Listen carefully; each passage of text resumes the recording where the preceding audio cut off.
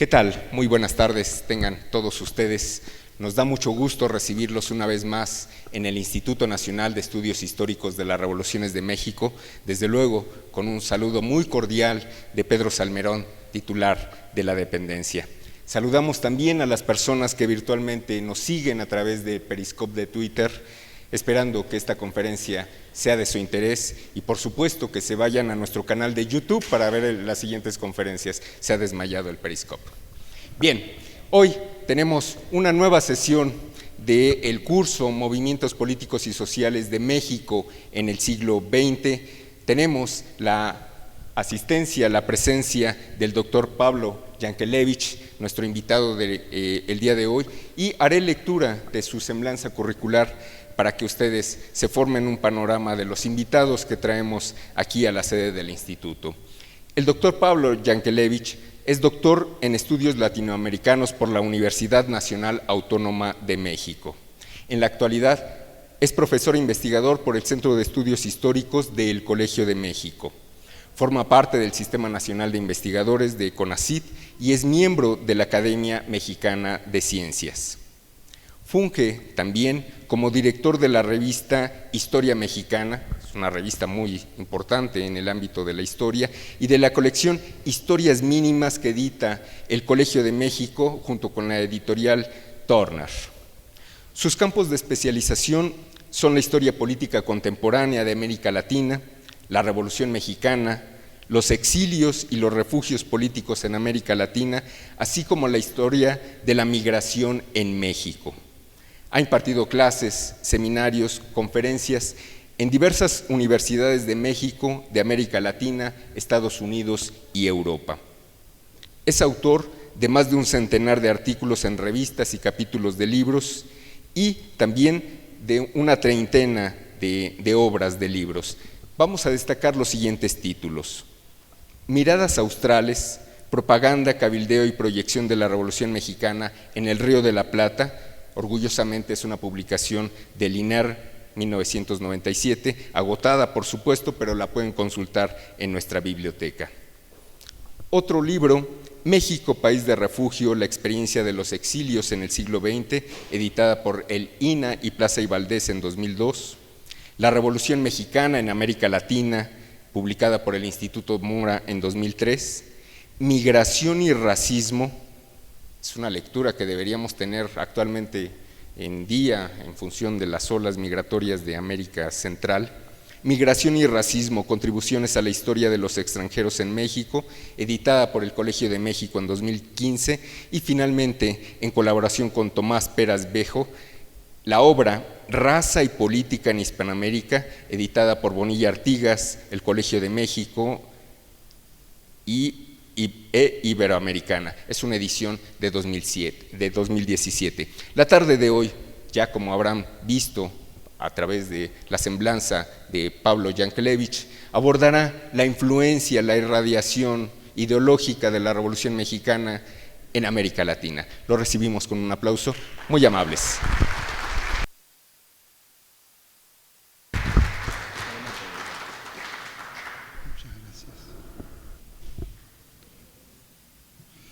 Bueno, muy buenas tardes, muchísimas gracias por estar aquí y me da muchísimo gusto estar de nuevo en el INER con amigos, colegas, gente muy querida. Bueno, la charla va a girar en torno a América Latina y la Revolución Mexicana. Y lo primero que diría es que, a diferencia de otras revoluciones en el mundo en el siglo XX, la Revolución Mexicana, o eso que luego se llamó Revolución Mexicana, nunca fue pensada por quienes hicieron la revolución, quienes triunfaron en la revolución, nunca fue pensada como un modelo a exportar, un modelo a imitar, a diferencia de otra gran revolución que estuvo sucediendo casi al mismo tiempo que concluía la etapa armada de la revolución en México, que es la Revolución Rusa, ¿no es cierto? Hay una dimensión en la Revolución Rusa que es una dimensión internacional, es una revolución pensada en principio a escala planetaria.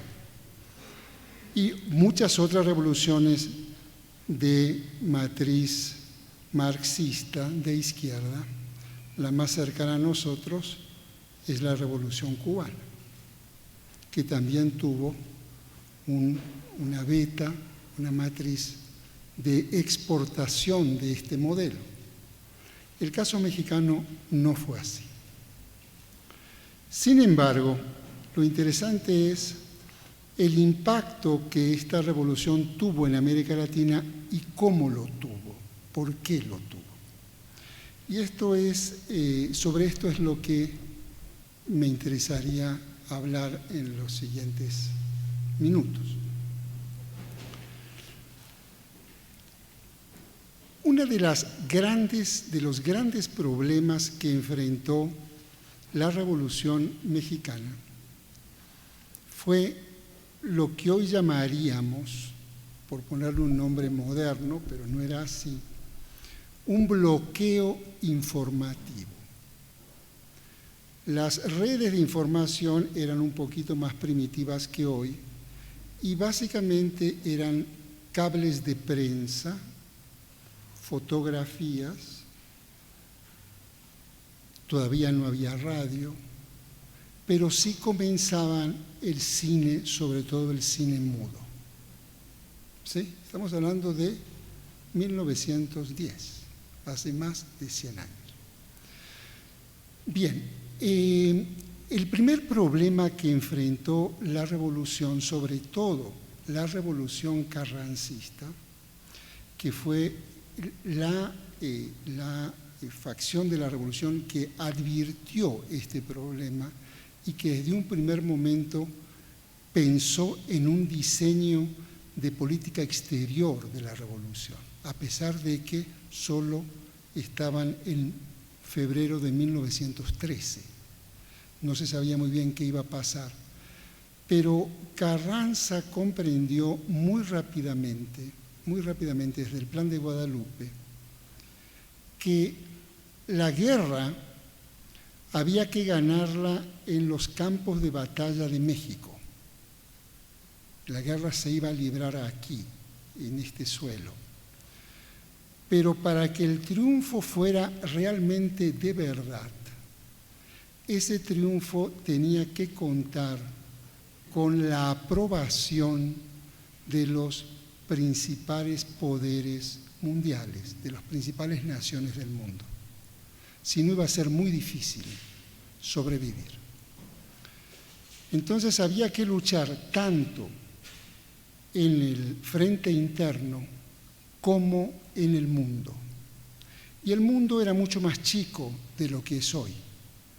De tal manera de que inmediatamente, desde febrero-marzo del 13, Carranza apostó a su gente también en Washington, porque sabía de que en Estados Unidos había que trabajar para conseguir el reconocimiento.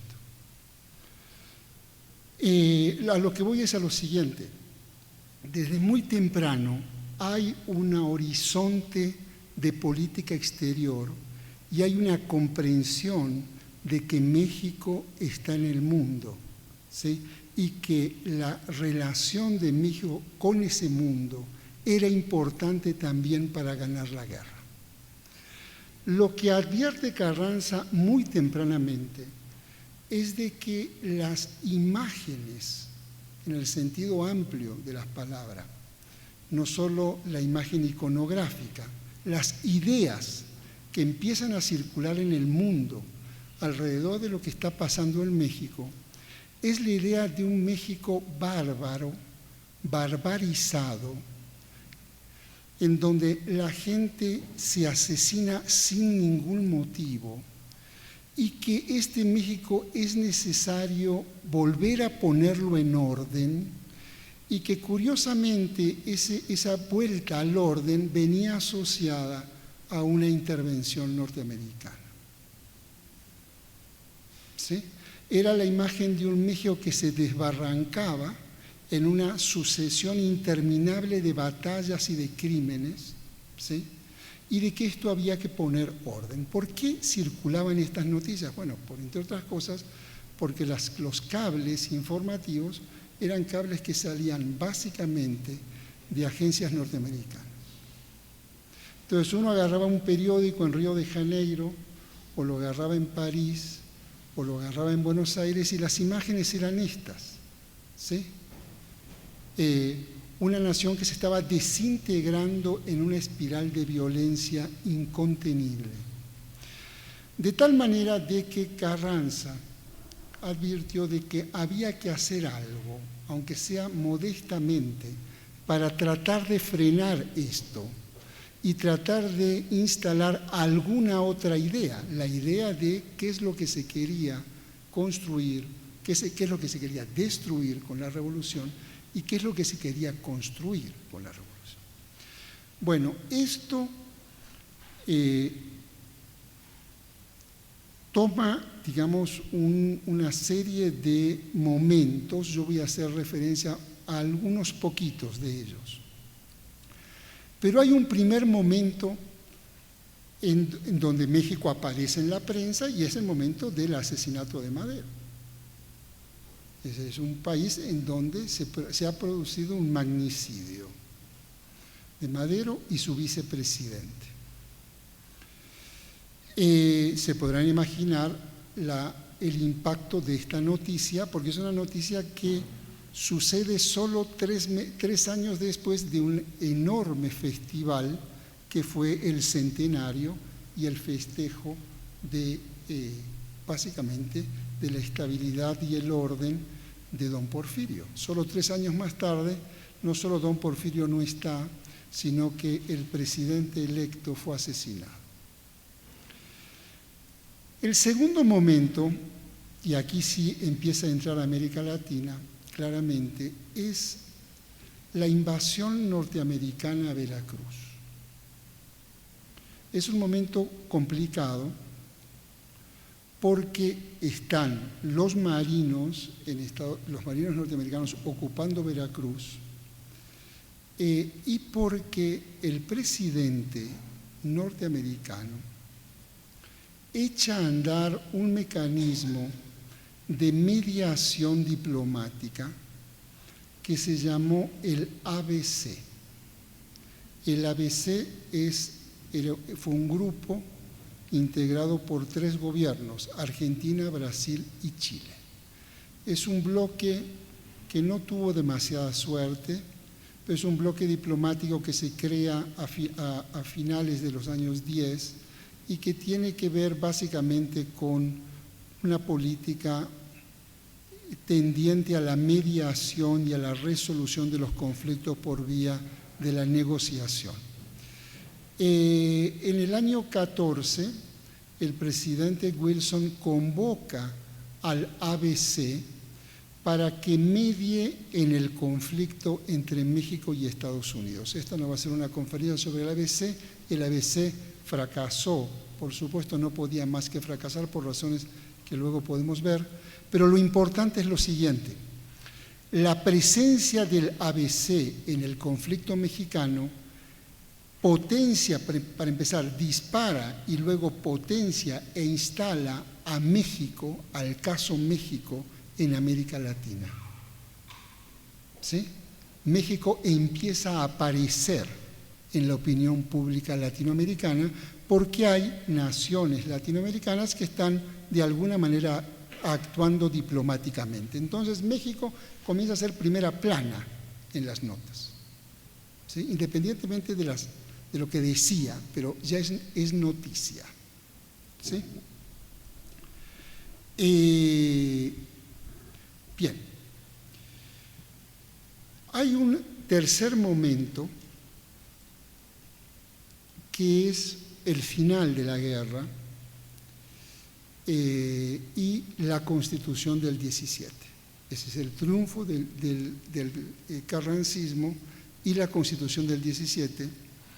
Y la Constitución del 17 como el programa per se de la revolución. La revolución es esa Constitución, es lo que la Constitución propone. ¿Sí? Es decir, la imagen de México revolucionario, será fundamentalmente un par de artículos emblemáticos de esa Constitución, que son el problema de la tierra, el 27, el problema del trabajo, el problema del petróleo, ¿sí?, el problema de la educación y por último el laicismo. Estos son los grandes temas que instala la Constitución y la Revolución y por supuesto la política exterior de la autodeterminación de los pueblos, la solución pacífica de los conflictos, lo que será doctrina Carranza. Bien, ¿qué hacen los mexicanos, qué hace Carranza para propagandizar la revolución, si es que existe esta palabra? Él advierte de que las noticias de México comienzan a ser las que acabo de decir, y también advierte de que las primeras películas de Hollywood se encargan de mostrar a los mexicanos como unos seres verdaderamente degenerados, violentos, sangrientos, poseedores de una sexualidad incontenible, violadores. Bueno, esas son imágenes que está transmitiendo el cine y no es poca cosa, ¿eh? Y no es poca cosa. Bien. Y lo primero que hace Carranza es lo siguiente.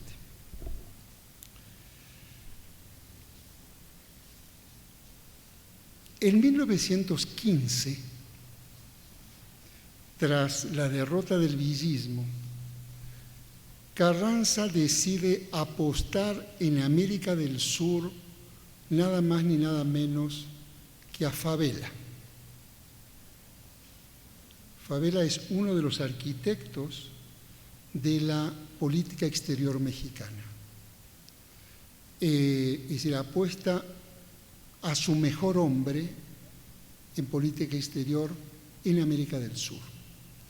¿Por qué lo manda a América del Sur? Lo manda a América del Sur porque en América del Sur está el bloque del ABC. ¿Sí? Entonces lo manda como enviado extraordinario ante los gobiernos de Argentina, Brasil, Chile y Uruguay. 1915. Todavía falta para... Bien. ¿Qué hace Isidro Fabela cuando llega a aquellos países? Bueno, lo primero que hace es tratar de contrarrestar esas imágenes que está transmitiendo la prensa machaconamente todos los días. Todos los días aparecen noticias de que mataron a tanto, que se descarriló tal tren, de que asesinaron a tanta gente, que violaron a tantas mujeres, etcétera, etcétera, etcétera.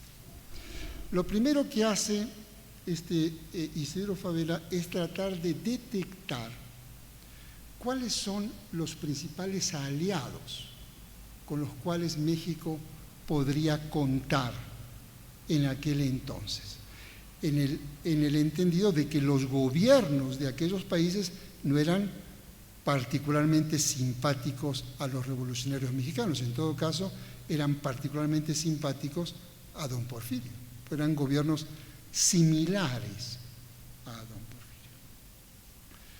Bien, comienza a detectar un ambiente que puede ser simpático en ciertos segmentos. Y aquí hago un alto para abrir una larga nota a pie de página, que dice así. Cuando la revolución está a punto de concluir y a punto de consagrarse la Constitución de 1917, están pasando cosas muy importantes en el resto del mundo. Entre otras cosas, el modelo de organización social y civilizatoria que es Europa se está desangrando en una guerra espantosa, que es la Primera Guerra Mundial. ¿Sí? Es decir, el mundo está observando cómo se están suicidando, entre comillas, los europeos en una guerra verdaderamente criminal. Esto es interesante en el territorio de las ideas y en el territorio de las imágenes, porque aquellas sociedades que habían sido modelo en la construcción de órdenes políticos, en el caso de América Latina, son sociedades que se están desmoronando en una guerra criminal, como toda guerra. Entonces, el modelo europeo comienza a ser cuestionado. Bueno, si hacia ahí vamos, pues hacia ahí no queremos ir. Bien. En segundo lugar, en América Latina, en esos mismos momentos, está cristalizando un movimiento que genéricamente toma el nombre de movimiento de la reforma universitaria. ¿Qué es esto? Este es un movimiento básicamente de sectores medios, universitarios en su origen, que están pidiendo, primero en Argentina, inmediatamente en Chile, luego en Uruguay, etcétera, etcétera, etcétera, están pidiendo primero una reforma de las formas de organización de la institución universitaria y en segundo lugar están pidiendo un replanteamiento de las políticas universitarias, de que la universidad debe dejar de ser solo un coto cerrado para la educación de las élites y abrir espacios para la difusión, la extensión del conocimiento. Esto derivó en muchas cosas, en algunas cosas en una reforma universitaria que incorpora en el gobierno universitario distintos segmentos, la universidad, entre comillas, se democratiza en su organización, y por el otro lado, la universidad se empieza a transformar mirando hacia afuera, fundamentalmente mirando a sectores sociales excluidos por órdenes políticos autoritarios, excluyentes, etc. Lo interesante de este movimiento de la reforma universitaria que atraviesa toda América Latina, desde Buenos Aires hasta México, es que en él hay primero un componente de juventud. Es un movimiento de jóvenes. ¿Sí? Recuerden ustedes de que México llegó a tener con Obregón el presidente más joven en la historia de América Latina. ¿Sí? Tener un presidente de 40 y tantos años era una verdadera sorpresa en América Latina. La Revolución Mexicana es también un movimiento, entre muchas otras cosas, de gente que se siente excluida. Bien. En segundo lugar, este movimiento de reforma universitaria comparte un común denominador en toda América Latina, que es el problema de la amenaza que están representando los Estados Unidos para América Latina. ¿Sí? Hay un primer movimiento que luego se llamó antiimperialista, cuyos orígenes están en este movimiento. Es decir, Estados Unidos es una amenaza para nosotros. Nosotros tenemos que construir una civilización distinta, más justa, etcétera, etcétera, etcétera. Es decir, hay un componente antinorteamericano en el movimiento de reforma universitaria. En ese movimiento de reforma universitaria abrevaron cantidad de líderes que luego serán grandes líderes políticos en América Latina, enormes líderes políticos. Solo les voy a citar uno que a ustedes les va a ser más o menos cercano, que se llamó Fidel Castro. En su origen, Fidel Castro es un líder universitario. En su origen, Haya de la Torre, Víctor Raúl Haya de la Torre, es el presidente de la Federación de Estudiantes Universitarios del Perú. ¿Sí? Muchos futuros presidentes futuras autoridades, independientemente de los partidos a los cuales se van adscribiendo, tienen un origen en este movimiento universitario. Es como una enorme usina o fábrica de liderazgos universitarios que luego tomarán opciones políticas distintas. En algunos casos irán hacia la izquierda, en otros casos se irán hacia opciones de más nacionalistas, etc. Bien. Ese es el clima de ideas de cuando Carranza lanza hacia el sur a Isidro Fabela. Entonces, ¿con quién se encuentra Isidro Fabela en el sur? Pues se encuentra con los congéneres de su propia generación y de la generación universitaria mexicana. Isidro Fabela entonces comienza a atar relaciones, no con los partidos políticos tradicionales de Argentina, sino con los partidos políticos de oposición en Argentina, que serán el Partido Socialista, por ejemplo, que es un partido importante en América del Sur, que serán los estudiantes universitarios y las federaciones universitarias de Chile, de Argentina y Uruguay.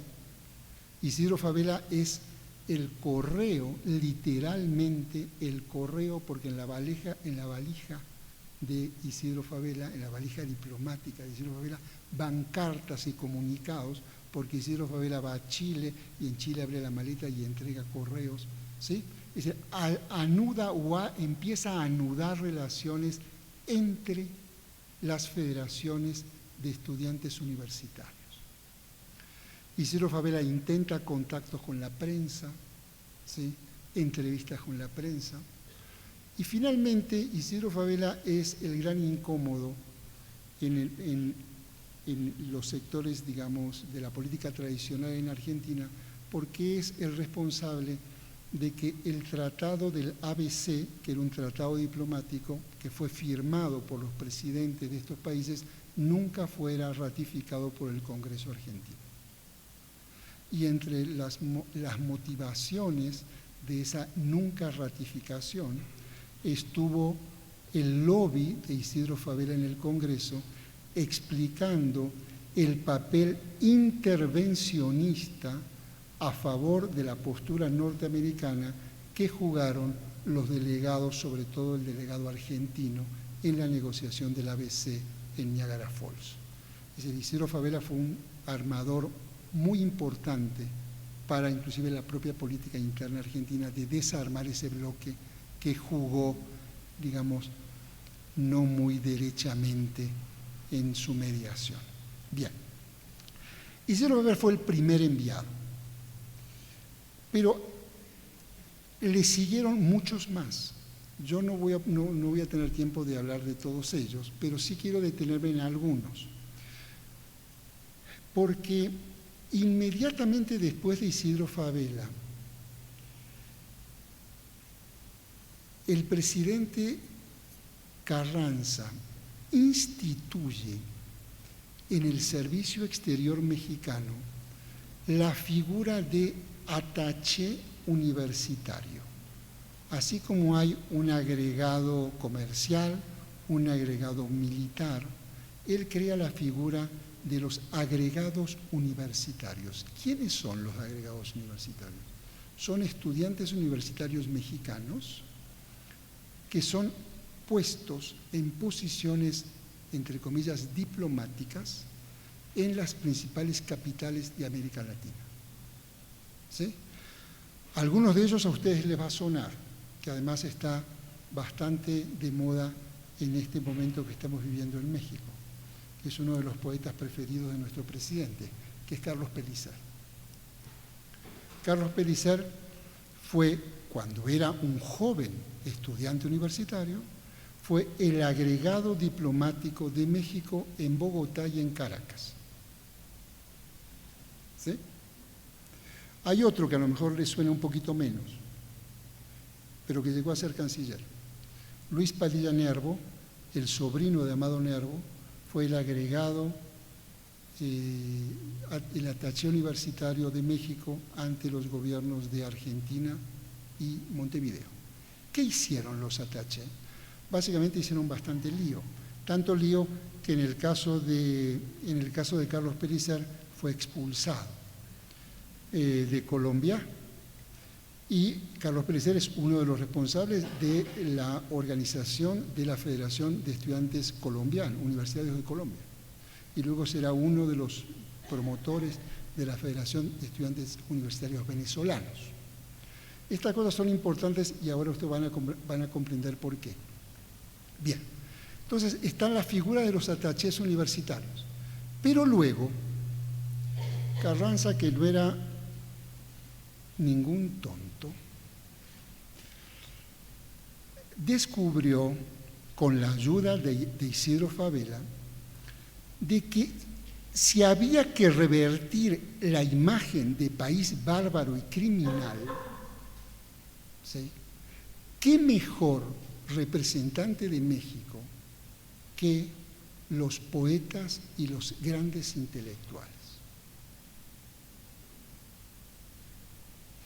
Si nos dicen que somos bárbaros, pues entonces le mandemos a Amado Nervo de embajador. ¿Sí? Y Amado Nervo, que ahí está, atrás de todos ustedes, es el embajador de México ante Argentina y Montevideo, y de hecho muere en Montevideo, muere en Uruguay. Entonces lo que vemos a partir del año 17-18 es como para América Latina el servicio exterior mexicano comienza a nutrirse de gente de las letras, grandes, medianos y pequeños. ¿Sí? Amado Nervo era en el 18 la voz y el rostro de la poesía mexicana en el mundo. No era poca cosa. Como luego no fue poca cosa Alfonso Reyes. Son figuras enormes de las letras, enormes. Gente que no necesitaba ser presentada, porque ya se sabía quién era. ¿Sí? Alguna vez escribió don José Vasconcelos, por momentos el cinismo que lo caracterizaba, decía: pobre de México criminal y sanguinario que solo se hace perdonar por los poetas. Un poco con la idea esta de borrar esta imagen de violencia y de crímenes. Bien, entonces, la gestión de Carranza termina con instalar en América Latina una diplomacia de las letras, una diplomacia cultural, una gente encargada de transmitir desde la trinchera cultural el proyecto revolucionario. ¿Sí? Gente que llega ya con una red de relaciones, de reconocimiento, de haber publicado en la prensa ya. Si ustedes se podrían imaginar, bueno, no sé si ustedes estuvieron aquí en el homenaje a Nervo. Las exequias de Nervo son apoteósicas. Ustedes saben de que Nervo muere en Montevideo y vienen barcos de guerra de Uruguay y Argentina escoltando el féretro hasta Veracruz.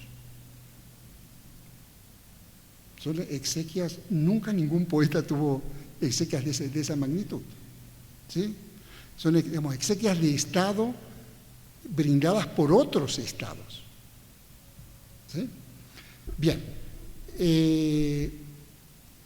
Entonces, el esfuerzo de Carranza empieza a dar algunos resultados en segmentos específicos de las sociedades latinoamericanas, básicamente sectores medios, sectores universitarios y sectores genéricamente llamados de izquierda, ¿sí? Socialistas de todos los tintes, etc. Bien, por el otro lado, Carranza, como ustedes saben, entre todas las cosas que propuso, destacó también por esto que se llamó luego la doctrina Carranza. Y la doctrina Carranza no era cualquier cosa, sino que en la América Latina de aquel entonces, en la América Latina a la defensiva frente a la expansión del imperio norteamericano, la propuesta de mediación, de solución pacífica, de neutralidad, etc., es una propuesta altamente provocadora, sobre todo para los poderes norteamericanos. Entonces, Carranza destaca en esa coyuntura no solo por su doctrina, sino por la neutralidad frente a la guerra. ¿Sí? América Latina se ha mantenido neutral frente a la Primera Guerra Mundial hasta el ingreso de Estados Unidos a la guerra a principios del 17, y en ese momento el Departamento de Estado norteamericano comienza a presionar a los distintos países de América Latina para que abandonen la neutralidad y se sumen a la guerra, y solo Argentina, Argentina, México y hasta el último momento El Salvador se mantienen neutrales. Este es un momento de encuentro afortunado, digamos, entre México y Argentina, la política de neutralidad frente a la guerra. Bien.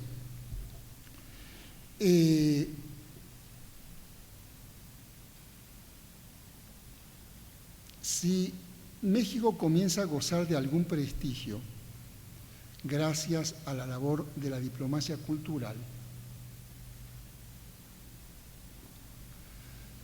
el asesinato de Carranza pues viene de nuevo a enturbiar el panorama, ¿verdad?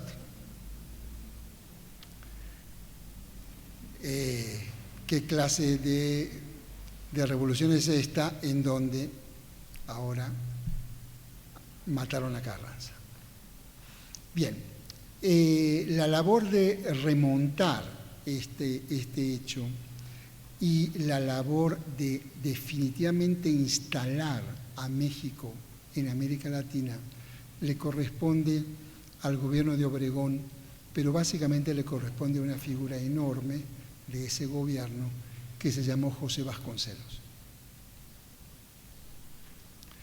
Si la diplomacia cultural toma verdadera potencia, es bajo la gestión de Vasconcelos, porque Vasconcelos no solo da continuidad a lo que había comenzado a hacer Carranza, sino que verdaderamente transforma la política educativa y cultural de este país, y México se convierte de alguna manera el modelo de proyectos educativos y culturales. Me explico. Si en América Latina comienza bajo el manto de la reforma universitaria reclamos en torno a educación popular, alfabetización, proyectos de educación artística, proyectos de educación indígena, ¿quién es el baluarte en aquel entonces? ¿Cuál es el modelo en aquel entonces? Es decir, lo que los estudiantes universitarios estaban pidiendo en América Latina, exigiendo en América Latina, en México se estaba realizando.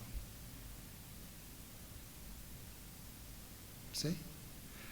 Pero no solo se estaba realizando, sino de que, como ustedes lo saben muy bien, Vasconcelos tiene una política hacia América Latina enorme de diplomacia formal e informal, de captura, de contratación de latinoamericanos para su propio proyecto y de recepción de latinoamericanos que vienen a México. Y vienen a México por distintas razones, y ahora una cosa con la otra. Vienen a México porque México habilita becas para estudiantes centroamericanos, por ejemplo, pero también llegan a México los primeros exiliados latinoamericanos. Los primeros exiliados de aquellos gobiernos autoritarios y excluyentes que, para empezar, a los primeros que perseguirán son a los líderes universitarios. ¿Sí? Y México comienza a recibir a esa gente. Y comienza a recibir a esa gente hasta que, de nuevo con el mismo personaje, llega, entre otros, el propio Fidel Castro, cuando todavía no era Fidel Castro, ¿verdad? Llega exilado. Como llegó exilado Víctor Raúl Haya de la Torre, como llegó exilado José Antonio Mella, ¿sí? Y centenares de peruanos, venezolanos, bolivianos, centroamericanos, llegan exilados a México.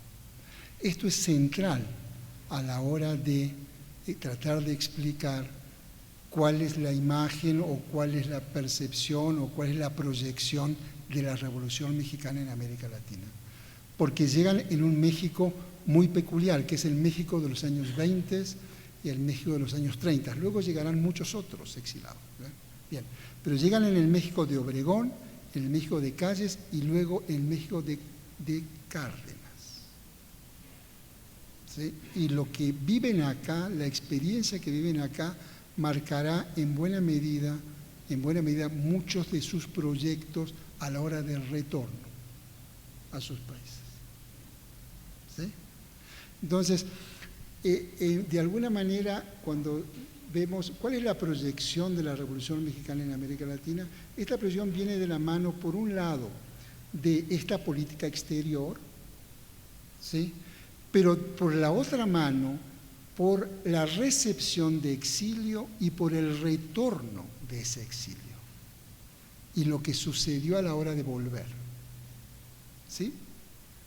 Pero México jamás se pensó como un país, como un modelo exportable. Bien. Para ir empezando a cerrar.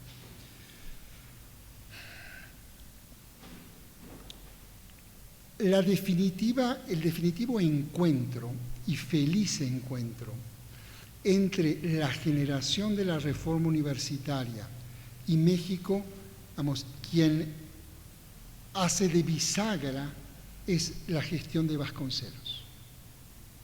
¿Sí? Vasconcelos organiza muchas cosas, pero entre otras muchas cosas, y ahora se van a cumplir 100 años, organiza en México el primer Congreso Internacional de Estudiantes Universitarios, en el marco de lo que fue el primer centenario de la independencia de México de 1821. Se hizo aquí una enorme conmemoración con muchísimos actos, y en el marco de todo esto se organizó este Congreso. A este Congreso llegan estudiantes universitarios, futuros líderes universitarios de casi toda América Latina. Pero para que ustedes quizás valoren la potencia de estos vínculos.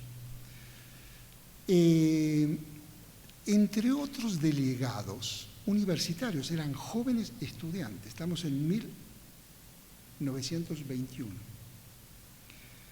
Entre otros jóvenes universitarios, llega a México un joven estudiante de química de la Universidad de La Plata, en la provincia de Buenos Aires, en Argentina, que se llamaba Arnaldo Orfila Reynal.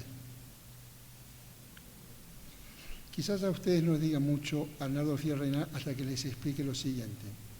Arnaldo Orfila Reynal es uno de los hacedores de Fondo de Cultura Económica. Es decir, el encuentro entre Daniel Cosío Villegas, a la sazón presidente del Congreso Internacional de Estudiantes Universitarios, y don Arnaldo, que todavía no era don Arnaldo, es en 1921. A lo que voy es de que a partir de estos pequeños actos comienzan a anudarse relaciones que llegan hasta el día de hoy, aunque ustedes no lo crean, hasta el día de hoy. ¿Sí? A través de lo que serán enormes proyectos culturales. Y eso es también la proyección de la Revolución Mexicana en América Latina. ¿sí? Proyectos editoriales, proyectos universitarios, estudios, revistas, relaciones académicas, relaciones artísticas, ¿sí? Vínculos entre el mundo de las artes de una región y la otra, encuentros entre antropólogos de un lado y del otro, ¿sí? México es el armador, por decirlo en términos futbolísticos, de enormes proyectos, de enormes proyectos que siguen hasta el día de hoy. ¿Sí? Bien.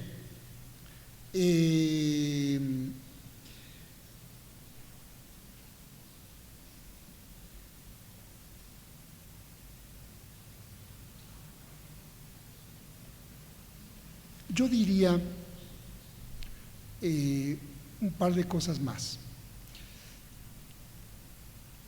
México aparece como bandera de muchas cosas en América Latina. Para empezar, el único país en América Latina que hizo una revolución, estamos hablando de 1910, y no solo la hizo y la ganó, sino que la hizo exactamente al lado de los Estados Unidos. Eso no es cualquier cosa. ¿Sí? Es decir, el nivel de desafío al poder estadounidense es ejemplar en América Latina. Es decir, es posible transformar las realidades a pesar de la amenaza. Y la amenaza no es cualquiera, no es lo mismo estar con todo respeto, en Bolivia o en Paraguay que estar en Ciudad Juárez, ¿verdad? Bueno, hay que hacer la revolución ahí y ganarla. Bien, entonces ese es el primer ejemplo. Estamos hablando de una América Latina de 1920, ¿sí? Con Nicaragua invadida, con República Dominicana invadida, con Haití invadido, con el Canal de Panamá. Imagínense aquella imagen, ¿sí? Y aquí Carranza y Obregón resistiendo. ¿Sí? Les recuerdo de que Obregón estuvo varios años sin reconocimiento oficial del gobierno norteamericano. No había relaciones diplomáticas. Bien, es decir, el ejemplo de la resistencia. Ese es uno. El segundo, los problemas por los cuales México se está transformando no son solo problemas mexicanos, son problemas que atraviesan a buena parte de las realidades latinoamericanas. Una de ellas, central a partir de 1910, es el petróleo, es la propiedad del petróleo. ¿Sí? La fracción cuarta del 27 constitucional será ejemplar en todas las discusiones parlamentarias en América Latina en torno a propiedad del suelo y el subsuelo. Es decir, aparece el ejemplo de México. ¿Sí? El ejemplo a seguir, pero también el ejemplo del peligro que significa desafiar como México lo está haciendo. ¿Sí? Es decir, es un México que da el ejemplo, pero es un México que también sirve de alerta para los sectores más conservadores, diciendo, oigan, es que si vamos por aquí, miren México. Vivir bajo permanente amenaza. Bien, entonces, el problema del petróleo es central como ejemplo, no porque los mexicanos estén haciendo lobby en los congresos, sino porque en derecho constitucional comparado, la Constitución mexicana es un ejemplo, entre muchas otras, ¿sí? A la hora de compartir experiencias legislativas y constitucionales. Eso. En segundo lugar, la tierra en su superficie, el reparto agrario, ¿sí? El enorme problema del latifundio y el enorme problema de un campesinado sujeto a esa tierra bajo formas semi-esclavas, si se quiere. ¿Qué está haciendo México en relación a eso? El 130 constitucional, las 8 horas. Esto es anterior a la Revolución Soviética. Perdón, el 123, el artículo que regula las relaciones del trabajo. ¿Sí? Las vacaciones, el trabajo femenino, bueno, esto es una novedad. Para nosotros hoy es una obviedad, a pesar que no se cumple mucho, pero en aquel entonces no había constitución que tuviera esto. De tal manera que en derecho laboral, de nuevo, la Constitución mexicana es un ejemplo a seguir. En tercer lugar, el laicismo. La manera en que la Constitución mexicana contiene el poder clerical, el poder del clero, es otro ejemplo en América Latina. ¿Sí? Es un ejemplo desde Juárez, México. ¿Sí? Pero la manera en que se regulan esas relaciones a partir del 130 es una cuestión que al liberalismo latinoamericano y a la izquierda latinoamericana fascina. De poder de un Estado diciéndole, aquí no entras, ¿no? ¿Sí? En relación a la educación laica.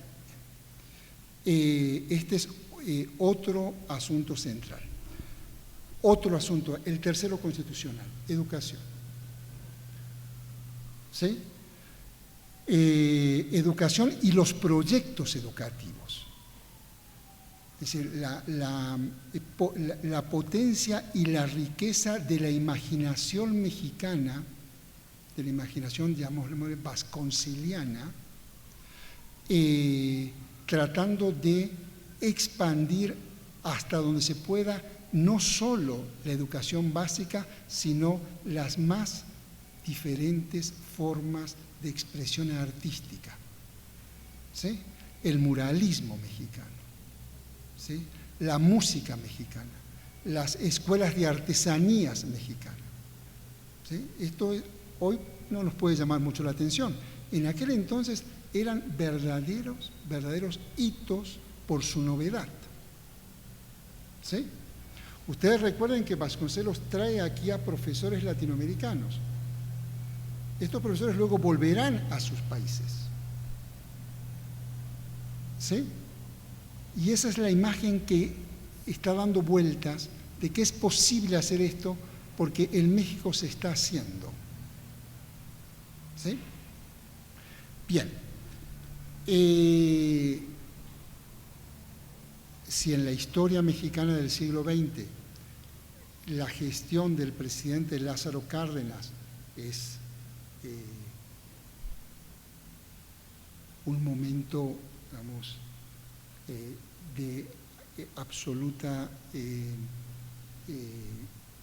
cristalización del proyecto revolucionario, ustedes se podrán imaginar esto para los sectores del progresismo latinoamericano. Era la concreción del programa revolucionario: petróleo, educación, laicismo, más antifascismo. Abiertamente antifascismo, militancia antifascista y país de exilios, de luchadores antifascistas. ¿Sí? Bien, entonces,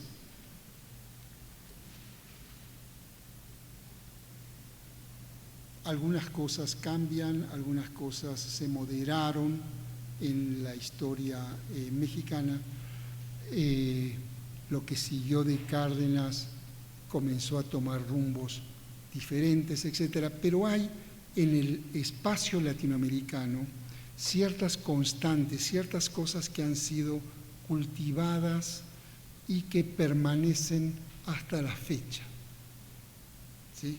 Y son esas imágenes que yo les acabo de referir, del México de la cultura, del México del asilo, de ese México ejemplar, que ha sido una y otra vez retroalimentado ¿Por quiénes?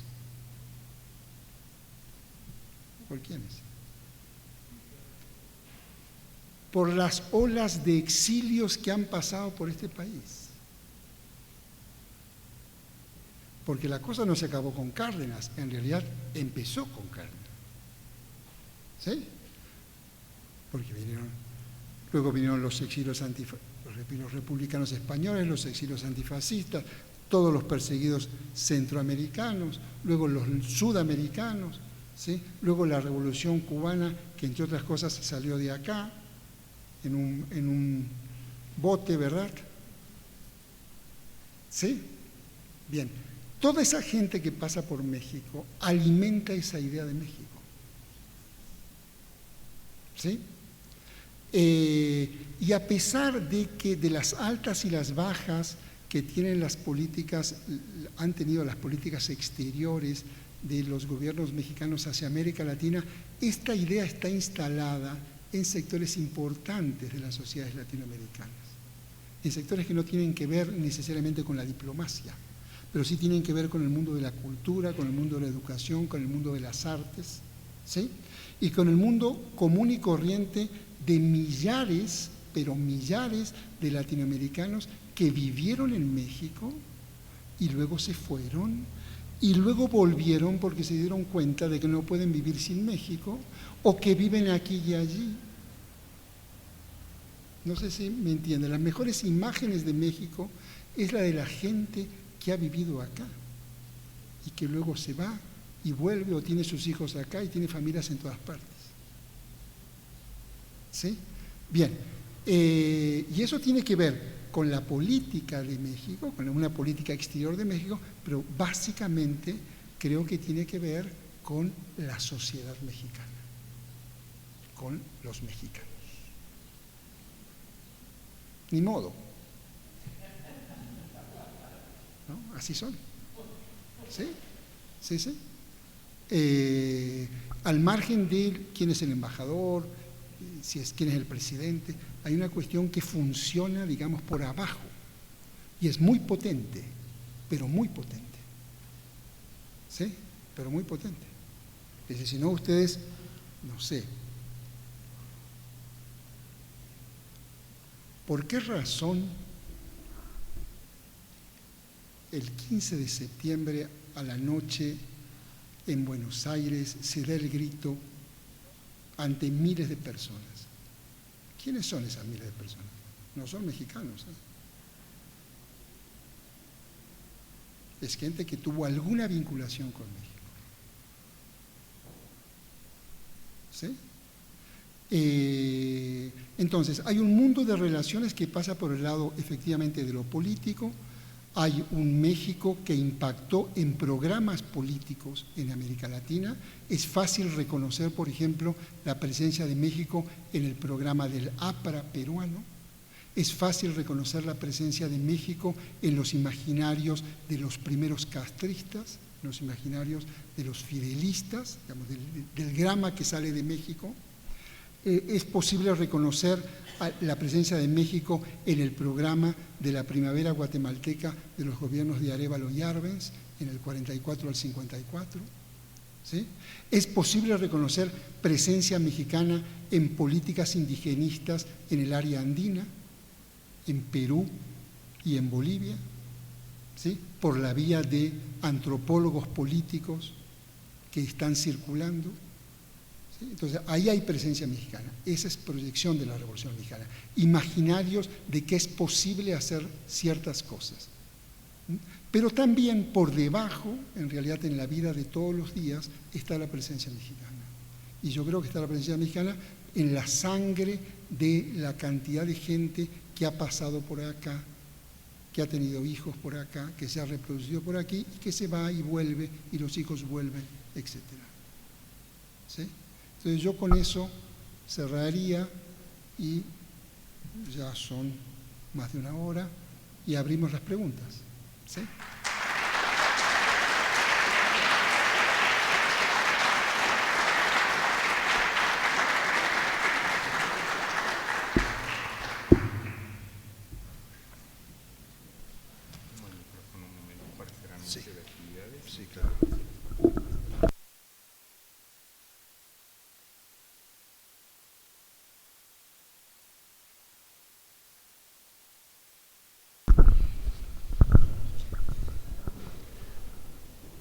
Comentarios, reflexiones como las que hace Pablo Yankelevich en esta ocasión nos ponen de nuevo de relieve el profundo vínculo que nuestro país tiene con otras latitudes y las influencias combinadas de Latinoamérica hacia México y de México a la inversa. No estamos solos, es un mundo íntimamente relacionado. Si pensamos que el mundo cibernético, electrónico, de redes sociales ha unido al mundo, no acabamos de ver cómo se unía en el pasado con esa intensidad, con ese poder, con esa influencia. Bien, mientras el doctor Yankelevich da lectura a las preguntas que ustedes han formulado por escrito, yo les haré el recordatorio de las próximas actividades, desde luego por si les interesa participar, colaborar con nosotros. De manera conjunta con Casa LAM, el INERM organiza el foro 500 años con interrogantes, irrupción o conquista. Participa en la mesa Federico Navarrete, Luis Fernando Granados, Michelle Udig y Raquel Huereca.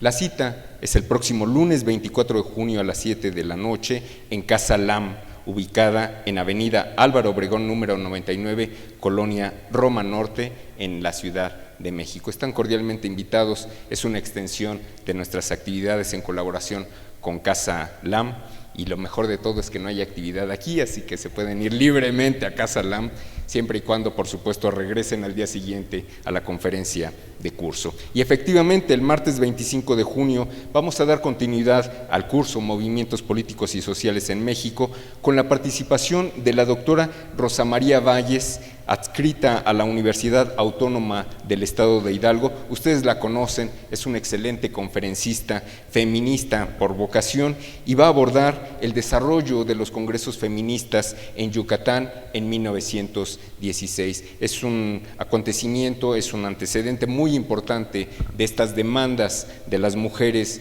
por el reconocimiento de sus derechos a la educación, al trabajo, a la superación personal y, bueno, en una latitud mucho más amplia, por la conquista de los derechos políticos que, como ustedes saben, vinieron a concederse hasta mediados del siglo XX. No se la pierdan, es una buena conferencia y Rosa María Valles tiene una facilidad de palabra que envuelve. Aprovecho la oportunidad para que lo aparten en su agenda, porque me interesa mucho que lo aparten en su agenda. ¿Les gustan los conciertos de música mexicana? Adelantamos la primicia. El martes 9 de julio vamos a organizar una conferencia y recital para recordar al músico y compositor guanajuatense Juventino Rosas. Se cumplen 125 años de su partida. Va a participar el doctor Ricardo Miranda, lo conseguimos del posgrado de música de la UNAM, es pianista también, tarde fui a averiguar que era pianista, si no lo hubiéramos jalado acá con todo y piano, pero junto con la conferencia de un musicólogo muy bien formado, si ustedes ven su currículum se quedan pálidos, lo va a acompañar también un cuarteto de cámara de la Secretaría de Marina Armada de México. Entonces tendremos un muy buen concierto el miércoles 9 de julio, justamente Juventino Rosas murió un 9 de julio, así que en esa fecha tendremos concierto y escucharemos Sobre las olas. Ya si les gusta bailar el vals, pues nomás se ponen en el pasillo y le dan al zapato. Bien, finalmente les recomiendo que escuchen nuestros programas de radio. Los sábados, Historia del Pueblo Mexicano, conducido por Felipe Ávila y Pedro Salmerón, de 9 a 10 de la mañana. Y los domingos, La Hierbabuena, revista cultural radiofónica. Ambos programas se transmiten por la XCB en el 1220 de AM o bien por Horizonte en el 107.9 de FM. No se lo pierdan, pueden desayunar escuchando historia o bien la agenda cultural de La Hierbabuena. Devuelvo el micrófono a Pablo Yankelevich. Muchas gracias por su atención.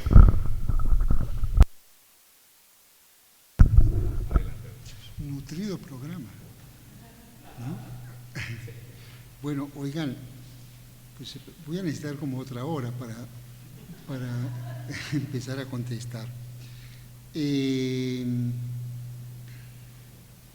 ¿Cuál fue la postura de los diplomáticos estadounidenses ante la diplomacia cultural mexicana en América Latina?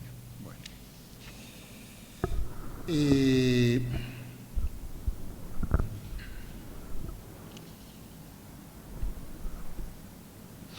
yo les puedo decir de que en los primeros años, sobre todo en los finales de los años 10 y durante los 20, el servicio exterior norteamericano vigilaba muy de cerca al servicio exterior mexicano, muy de cerca, con algunas cosas bastante chuscas, inclusive.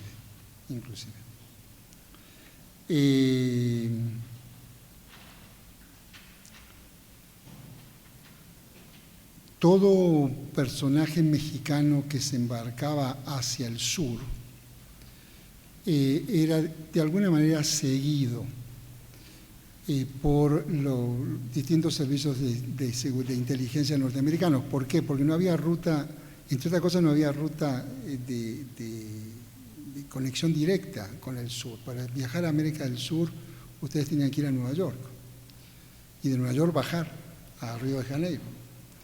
Bien, de tal manera de que cada vez que Isidro Fabela o que Eduardo Hey o que Cabrera viajaban al sur, viajaban acompañados, ellos no lo sabían, de algunos agentes, ¿no? Sobre todo en determinados momentos claves. Por ejemplo, en el año 18 es importante porque México y Argentina están tratando de organizar una conferencia de neutrales, de países neutrales en el sur, que va a fracasar esa conferencia. Y va a fracasar justamente por la enorme presión norteamericana. Ese viaje fue muy seguido y muy informado por los servicios norteamericanos. Igual manera por otra cuestión. A mí no me dio tiempo de contar esto, pero bueno, ahora algo les voy a decir. Ustedes saben de que para hacer una revolución, sobre todo una revolución armada, hace falta una cosa tan sencilla como armas, ¿no? Y el gran problema de la revolución, sobre todo del reconocimiento no norteamericano, es el abastecimiento de armas.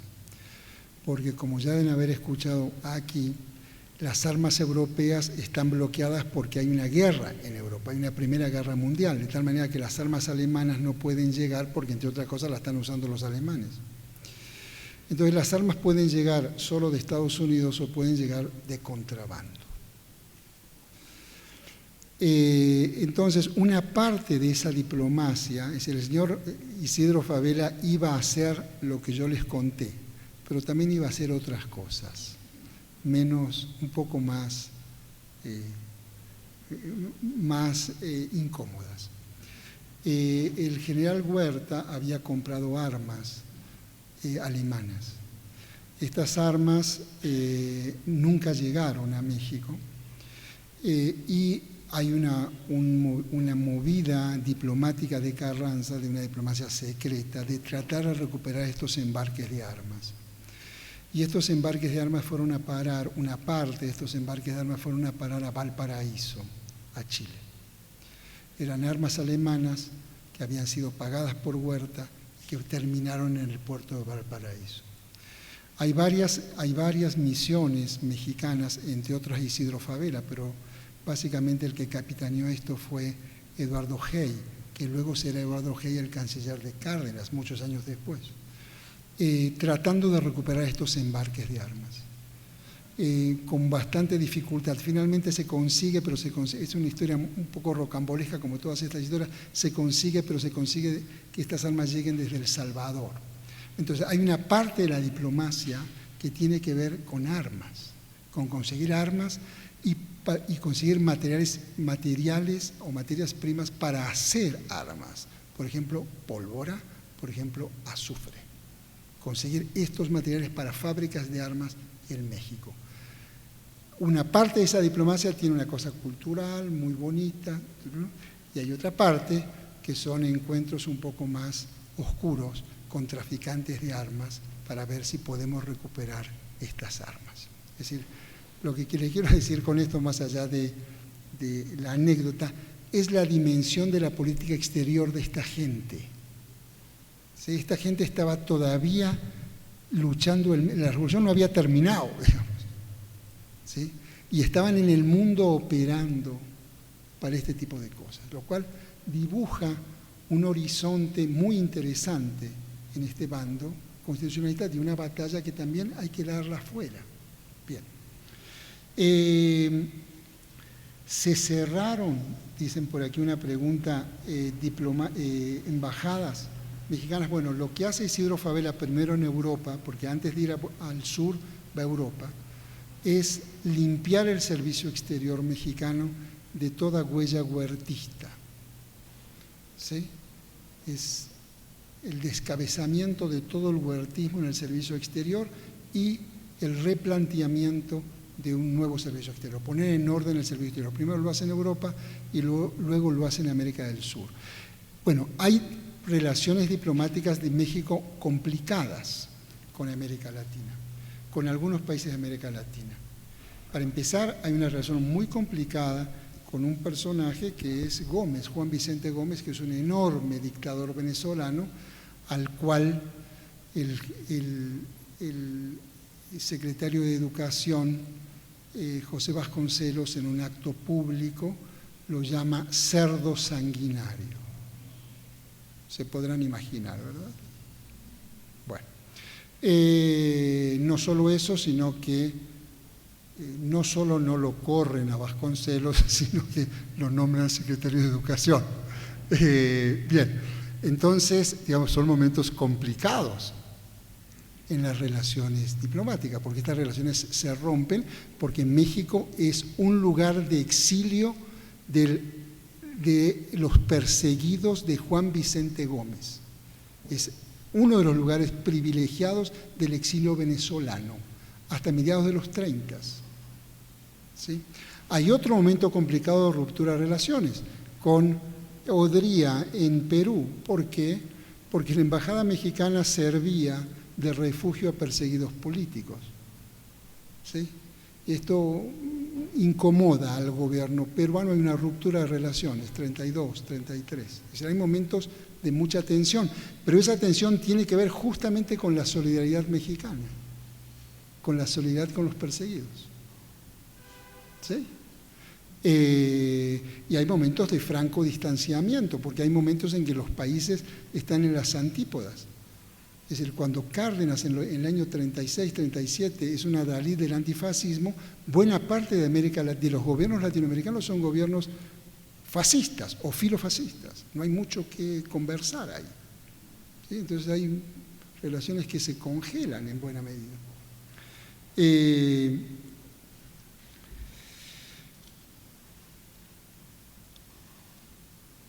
¿Cuáles fueron los principales centros del exilio mexicano que se formaron como consecuencia de la revolución? Del exilio mexicano, no entiendo, ¿son mexicanos exilados o latinoamericanos exilados en México? Esta es una cuestión interesante, porque no tiene que ver con lo que estoy contando hoy, pero México también es un gran productor de exilios. Los villistas se tuvieron que exilar en Estados Unidos, muchos villistas se tuvieron que exilar en Estados Unidos. ¿Sí? No se olviden ustedes de que los Flores Magón estaban exilados en Estados Unidos. ¿Sí? Es decir, México produjo también exilios, que por lo que no son tan estudiados, pero valdría la pena también estudiarlos a esos. En este proceso de legitimación del proceso revolucionario mexicano en América Latina, ¿hubo situaciones en las que se consideraban a los mexicanos personas non gratas? Sí, a Vasconcelos lo echaron. Vasconcelos, ustedes saben que Vasconcelos escribió un libro muy famoso, un ensayo que se llama La raza cósmica. ¿Sí? ¿Cuál es el subtítulo de La raza cósmica? ¿Nadie lo sabe? ¿Alguien se acuerda? Se llama La raza cósmica. ¿Y el subtítulo? Viajes por América del Sur. Bien. Ese ensayo él lo escribe, comienza a escribirlo cuando hace un viaje en el año 21 a Brasil, baja a Uruguay, pasa a la Argentina y llega a Chile. y va de regreso, ¿sí? El origen de este viaje es una comisión oficial de 400 mexicanos, 400 con mariachi y todo, a las fiestas del centenario de la independencia de Brasil. ¿Sí? Es el jefe de la delegación oficial mexicana, donde van 400 personas. Bien, él aprovecha este viaje, el barco se regresa, los mariachis, y él sigue con una pequeña comitiva integrada, entre otros, por Carlos Pericel, etcétera, por Pedro Enrique Sureña, y viaja a Uruguay en tren, cruza a Buenos Aires, atraviesa toda Argentina en tren, cruza los Andes y se va a Chile. Cuando llega a Chile, tiene algunas opiniones un poco encontradas, acusando al ejército chileno, acusando básicamente, él declara de que los principales enemigos de la democracia en América Latina son los militares y los curas. Bueno, lo invitaron a retirarse de Chile. Muy diplomáticamente le dijeron, mire, hace cosas que por lo general no hace un diplomático, como por ejemplo, una de las federaciones de estudiantes chilenos está proscripta, está prohibida. Él se reúne con estos estudiantes proscriptos, va a un acto con estos estudiantes proscriptos, hace cosas un poco provocadoras, que es lo que en realidad él hacía en México también. Bien, entonces lo invitan los militares chilenos a irse lo antes posible, ¿no? Entonces, el propio jefe de la delegación es un personaje incómodo. Se podrían imaginar por el otro lado las simpatías que despertaba el personaje. Bien, yo les quiero decir una cosa que es también incómoda. Y en estos tiempos también es más incómoda todavía. Hay una pregunta aquí en torno al 68, a la renuncia de Octavio Paz a la embajada de la India por los actos, por los hechos, los sucesos del 68, lo cual habla, digamos, de cierta, digamos, dignidad y humanidad de un funcionario. Pero quizás ustedes no lo sepan, y son estas cosas en principio paradojales, en principio, pero que tienen su razón de ser. Este personaje tan incómodo, por decir lo menos, que es el presidente Díaz Ordaz, no sé si ustedes saben que a lo largo de todo su gobierno, antes y después del 68, nunca negó un asilo político. Se lo voy a poner todavía más complicado. Dirigentes universitarios afiliados al Partido Comunista en Brasil se asilan en la Embajada Mexicana en Río de Janeiro y vienen asilados a México. Días después del 2 de octubre del 68. Es incómodo, ¿verdad? ¿O no? Hay que explicarlo también. Hay que explicarlo. Bueno, vamos a un personaje tan incómodo como el anterior. ¿Cómo es posible que un personaje como Luis Echeverría, vinculado a los hechos que ustedes saben, miles de chilenos le deban la vida? Hay que explicarlo a eso. Porque la lógica sería, un personaje anticomunista cierra las puertas a perseguidos comunistas. Eso sería la lógica cartesiana. Pues en México no. Es decir, la potencia de la política de asilo se sostiene inclusive en los momentos más autoritarios de México en el siglo XX.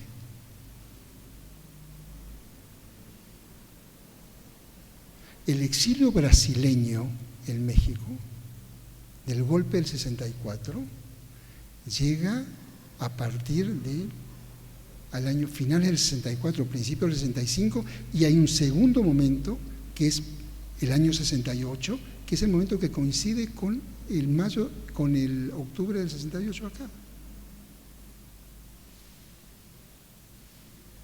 Bien, eso hay que explicarlo. Esto no es una reivindicación de Díaz Ordaz, pero lo que quiero decir es de que por esa política exterior hay gente que salvó su vida, ¿eh? Entonces, hay algo, hay una cuestión de principios en esa política exterior que se modula, ¿sí? No es tan abierta, no es tan estridente, pero que no se cierra por completo, ¿sí? Y durante el gobierno de Díaz Ordaz llegan exiliados comunistas hondureños, por ejemplo, a México, y exiliados comunistas haitianos a México. Entonces, hay cuestiones que parecen que no se mueven, que son cuestiones de principios. El México país refugio. Tampoco ustedes lo saben porque tampoco es digno de ser cacareado, pero México fue un país abierto a un buen número de exiliados anticastristas que salen a partir del 59, 60, 61. Muchísimos, centenares. México es país de refugio, también para ellos. ¿Sí?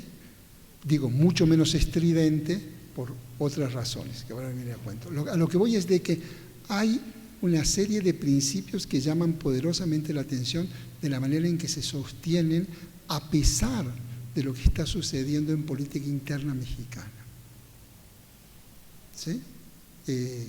Bueno, esto también alimenta imágenes de México solidario, porque efectivamente lo fue, no es un invento esto, porque efectivamente lo fue, a pesar de esta abierta contradicción entre gobiernos represores de movimientos de izquierda y abiertos a recibir perseguidos de izquierda.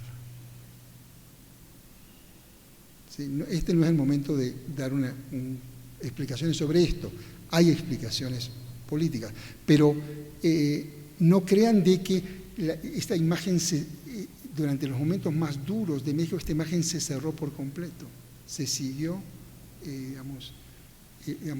el hilo que nutre estas imágenes se adelgazó, pero no desapareció. No desapareció. ¿Sí? Y grandes líderes, bueno, entre otros pasó por aquí Julião, el líder de las ligas agrarias brasileñas, vivió en Cuernavaca hasta su muerte, ¿no? Que llega aquí en el 64. Bien.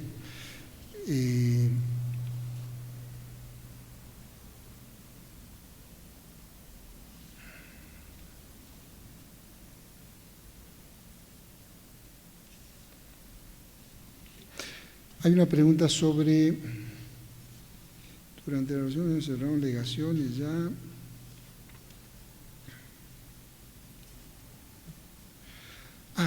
Yo olvidé, hay una pregunta sobre Mella, el Partido Comunista Mexicano y el Movimiento Comunista Mundial. Esto es un tema para un libro, pero yo quería señalar esto, que me olvidé de señalarlo.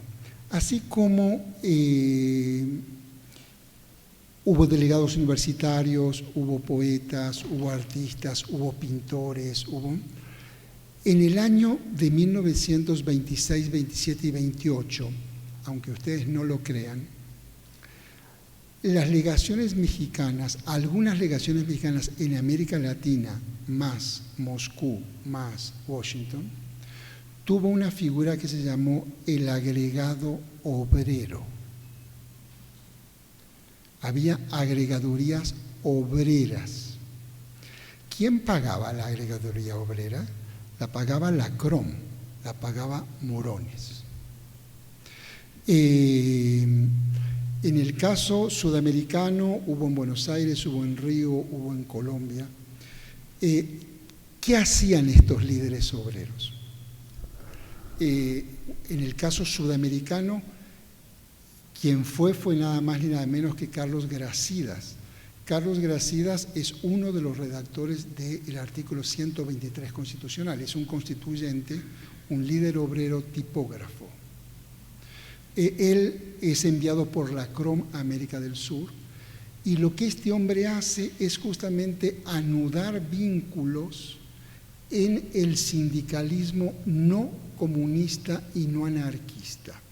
En un sindicalismo, digamos, socialista, progresista, en algunos casos panamericano, que es un poco la idea de la CROM, si se quiere, de los vínculos internacionales de la CROM, no al sindicalismo comunista bolchevique de la Tercera Internacional. Entonces, en ciertos sectores de la clase obrera sudamericana, la presencia mexicana también se da por el vínculo de este líder obrero convertido en diplomático, pero que está metido en los conflictos obreros. Es un tipo que está reportando y está participando de las negociaciones sindicales, ¿sí? Ahora, ¿qué está haciendo la CROM? A su vez, muy sencillo, está haciendo diplomacia obrera. Líderes obreros sudamericanos vienen a México y los pasean por el corredor textil, por ejemplo, ¿no?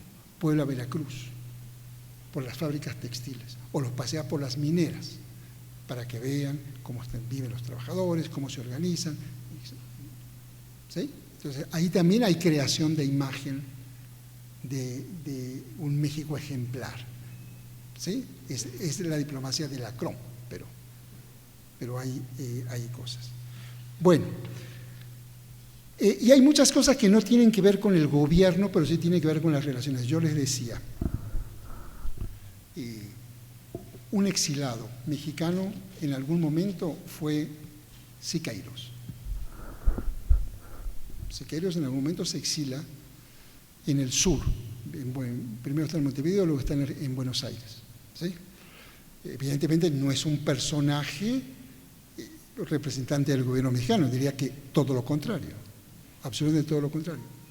Bien, pero los nudos que él comienza a hacer con las vanguardias artísticas en el sur tienen repercusiones en la plástica argentina, por ejemplo, ¿sí? Al margen de sus relaciones políticas con los partidos comunistas uruguayo y argentino. Bueno, ahí se crean vínculos, porque luego Siqueiros volverá acá y luego participará en el asesinato, el primer intento de asesinato de Trotsky, tendrá que volver a salir, saldrá exilado esta vez a Chile, y luego volverá de nuevo. ¿Sí? Bueno, los murales de Siqueiros, la dictadura chilena no se animó a borrarlos, todavía están. ¿Sí? Y el mural del ejercicio plástico que pintó en Buenos Aires en un sótano, está expuesto atrás de Casa Rosada, como la pieza del Museo del Centenario en Buenos Aires. ¿Sí? Entonces, ese tipo de vínculos que no necesariamente corren por el lado de lo oficial, es lo que me interesa dejar claro. No es solo la diplomacia oficial, sino hay una representación por el lado de redes y vínculos que corren por otros ámbitos, que son ámbitos científicos, culturales, literarios, ¿sí? Que México ha cultivado muchísimo y sigue cultivando. ¿Sí?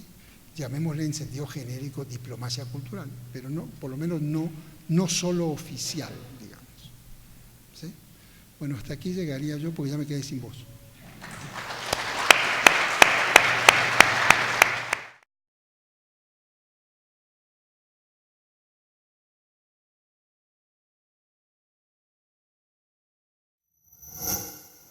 Gobierno de México.